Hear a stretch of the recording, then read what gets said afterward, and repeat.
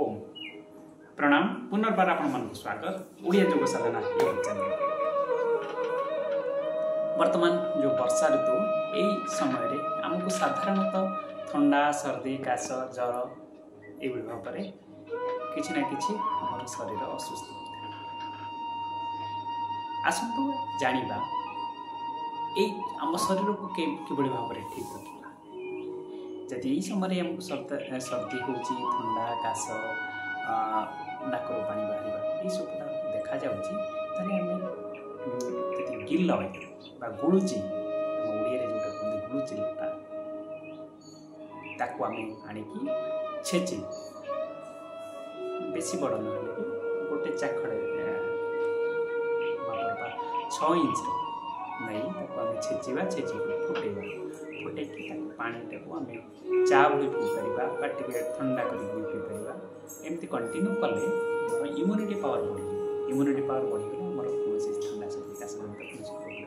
Problem रहा जो गिलोईटी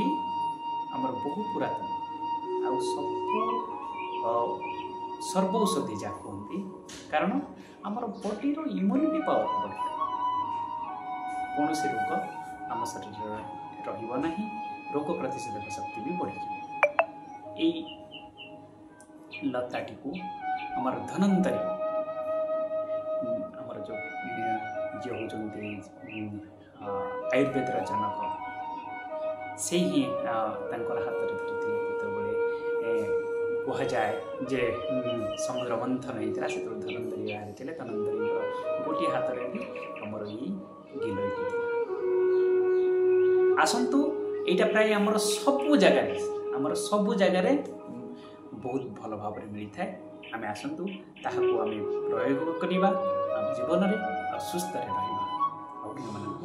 सुस्थ रहा साहाय्य करवा। सर्वे भवन्तु सुखिनः सर्वे सन्तु निरामय सर्वे भद्राणि पश्यन्तु मा कश्चित् दुःखं। ओम शांति शांति शांति।